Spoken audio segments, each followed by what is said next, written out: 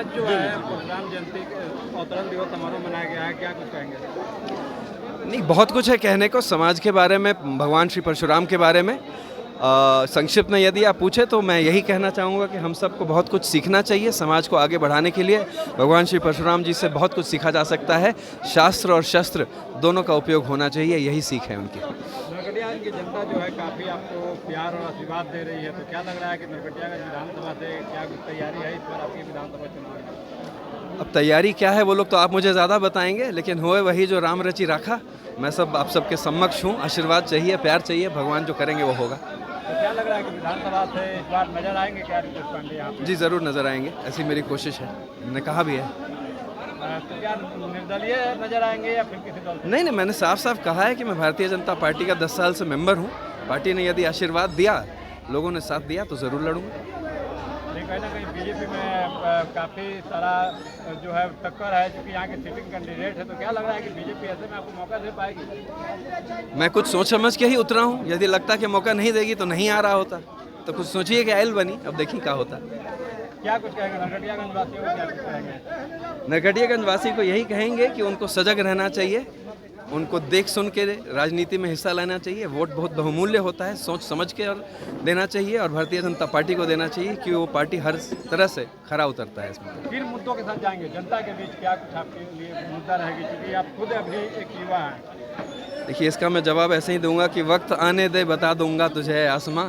मैं अभी से क्या बता दूं क्या हमारे दिल में है। सरफरोशी की तमन्ना अब हमारे दिल में है, देखना है जोर कितना बाजुए कातिल में। एक आखिरी सवाल होगा, पहलगाम हत्या को, आतंकी हमला को लेकर लगातार देश मर्माहत है और विपक्ष कई तरह के सवाल बीजेपी पर उठा रहा है। जी, तो बड़े बड़े नेता लोग हैं, जवाब दे रहे हैं, बहुत सक्षम जवाब दे रहे हैं। इसमें हम क्या कहेंगे, सही जवाब दे रहे हैं। बीजेपी क्या, इसमें अगर आप गिने तो कितने टेररिस्ट अटैक हुए हैं पिछले 10 साल में?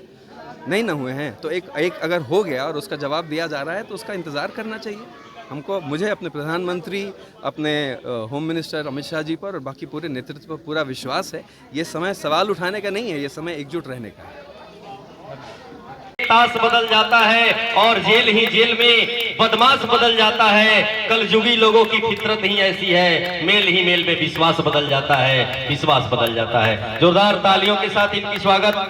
और मुझे पुनः कमेटी का आदेश हुआ है कि मैं उपेंद्र मिश्रा, शांति बाग पांडे टोला, वार्ड नंबर 22 निवासी, मैं श्री सुरेंद्र मिश्रा जी को पुनः अंग वस्त्र देकर सम्मानित करूंगा।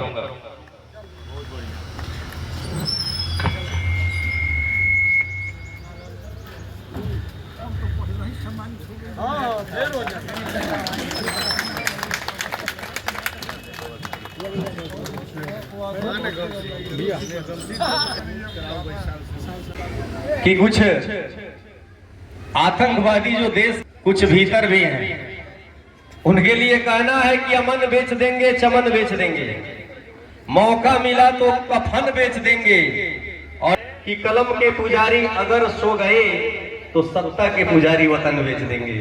माफ कीजिएगा, क्योंकि समय पर घाव जो खाता है उसी का मान होता है। वेदना में छुपा मधुर वरदान होता है, और सृजन में झेलता है जो चोट छेनी और हथौड़ी का, वही पत्थर मंदिर में कभी भगवान होता है, भगवान होता है। यहाँ पधारे आदरणीय श्री रितेश पांडे जी, इनके बारे में क्या ही कहा जाए। पिछले जब इनके पिताजी बगहा विधानसभा के विधायक थे तो इनके कार्य को देखते हुए ये अपने ग्रेट एजुकेशनिस्ट, इमिनेंट एजुकेशनिस्ट थे आईआईटी के क्षेत्र में, और बहुत सारे जॉब, एक हैंडसम सैलरी को त्याग कर पिछले 10 वर्षों से बीजेपी के सदस्य हैं और 10 वर्षों से जनता की सेवा में लगे हैं। वाल्मीकि विकास मंच के तहत कार्यरत हैं और अभी भी तटस्थ हैं कि यदि हम सभी जनता का इन्हें प्यार, दुलार, स्नेह मिले तो ये हमेशा हमारे साथ हैं और इस नरकटियागंज क्या पूरे चंपारण का विकास में सहयोग करेंगे। इनके लिए जोरदार तालियां एक बार। और इनके लिए कहना है, तो जिसके दिल में वो हताश कैसे होगा और बिन बारिश के बूंदों का एहसास कैसे होगा, कार्यक्रम के इस रंग का मिजाज कैसा है, ये बिन तालियों के।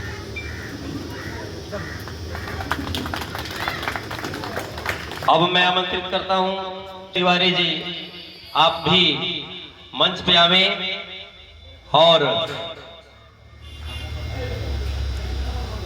तालियां। अब मैं आमंत्रित करता हूं, इधर देखो बेटा, इधर जोरदार तालियां बच्चों को प्रोत्साहित करें आप लोग। नारियां, वक्त आ जाए तो तलवार है नारियां, हाथों में चूड़ी देखकर कमजोर न समझ इन्हें, हाथों में चूड़ी देखकर कमजोर न समझ इन्हें, रावण की लंका फूंकने अंगार है नारियां, अंगार है नारियां।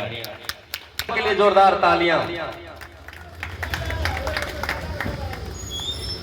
उसके बाद मैं दिउलिया निवासी आराधना कुमारी भरत कुमार, इनके पिताजी का नाम है, मुन्ना में उत्तीर्ण हुई हैं।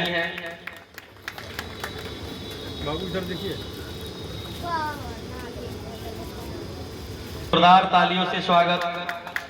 उत्साह वर्धन के लिए तालियां बजा के इन्हें प्रोत्साहित करें।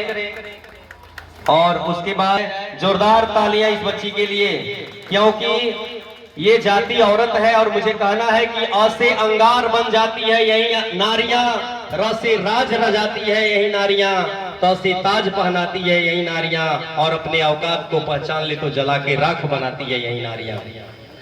उसके बाद इसी बीच हमारे अतिथि स्वरूप श्री प्रदीप दुबे जी का आगमन हुआ है। उनका इस मंच से प्रिंस कुमार।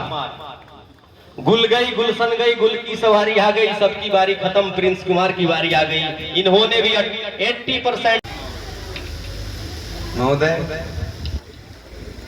मेरे पिताजी और हम सब के अभिभावक माननीय श्री राघव शरण पांडे जी, राधेश्याम तिवारी चाचा, विजय मनी तिवारी जी, अवधेश तिवारी जी, राघवेंद्र पाठक जी, सुरेंद्र मिश्रा जी, अवध किशोर पांडे जी, मधुसूदन चतुर्वेदी जी, और हम सब में श्रेष्ठ हरसरी गांव के रामचंद्र दुबे बाबा, सबको, और हमारे सामने बैठे सब मित्रगण, हमारे भाई मुस्कुराते चेहरे वाले आकाश श्रीमुख जी, चुबे जी, पत्रकार बंधु और सब मित्रगण, आप सबको दिल से नमस्कार करता हूं। हमरा के यहाँ बोले खतरा आमंत्रित कैल गइल, ये हमरा खतरा है। हमार सर एवरा झुकल बा, ये सब गार्जियन लोग का सामने हमरा के बोले के कहल जाता, हम ये समझता नहीं जाइए, बहुत बड़ा इज्जत के बात बा। और रोए सब के बहुत बहुत प्रणाम करता नहीं, इच्छा जाहिर करता नहीं, जो कोनो त्रुटि होके, कोनो गलती होके तो हमरा के माफ कर जाइए।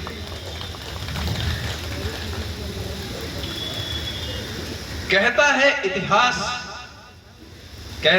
इतिहास, जगत में एक ही नर ऐसा था, रण में कुटिल, क्रोध में बाधिक, योगी परम श्रेष्ठ था। मैं बात कर रहा हूं भगवान श्री परशुराम की, और आप सब जानते हैं भगवान श्री परशुराम कौन थे। हम सब के पूर्वज थे, विष्णु भगवान के छठे अवतार थे। इस दुनिया में आकर पाप का नाश एक बार नहीं बार बार करने वाले व्यक्ति थे।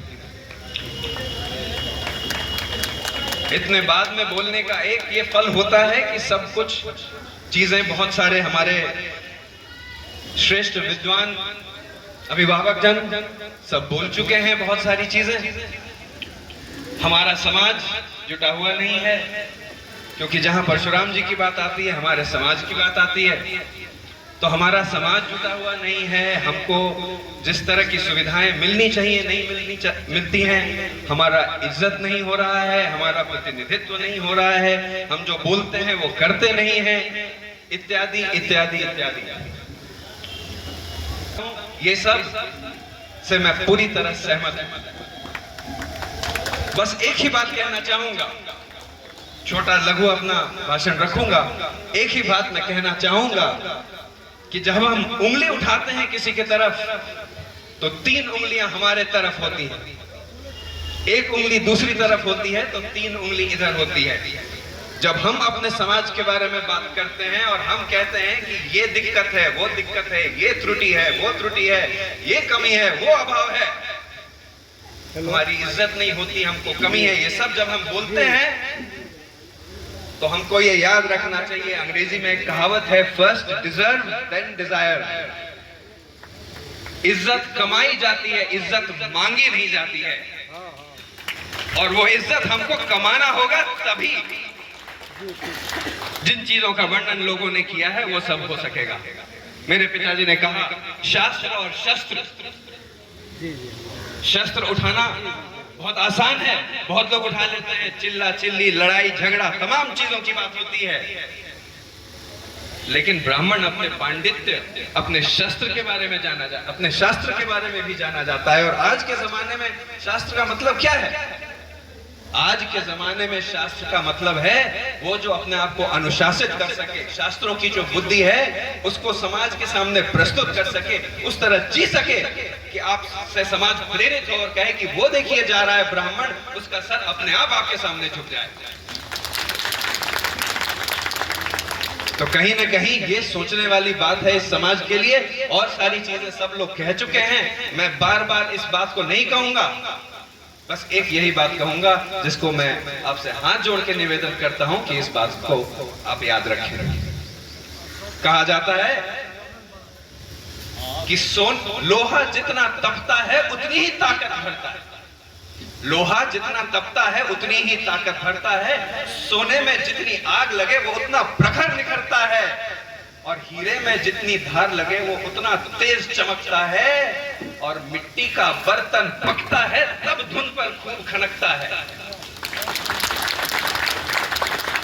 तो सूरज जैसा बनना है तो सूरज जैसा जलना होगा, सूरज जैसा बनना है तो सूरज जैसा जलना होगा, नदियों सा आदर पाना है तो पर्वत छोड़ निकलना होगा। और हम परशुराम के बेटे हैं, हम आदम के बेटे हैं, क्यों? हर एक संकट का हल होगा, कुछ थोड़ी देर लगेगी, पर वो आज नहीं तो कल होगा, वो आज नहीं तो कल। जाते जाते बस इतना कहूंगा कि मैं भी आपका भाई हूं, आपका बेटा हूं, आपके समक्ष हूं, अपना प्रेम वात्सल्य मेरे साथ बनाए रखें, मेरा मार्गदर्शन करते रहें, मेरा सर आपके सामने झुका है। बाबा को फिर से एक बार प्रणाम करता हूं, सब में श्रेष्ठ हैं। जय हिंद, जय भारत।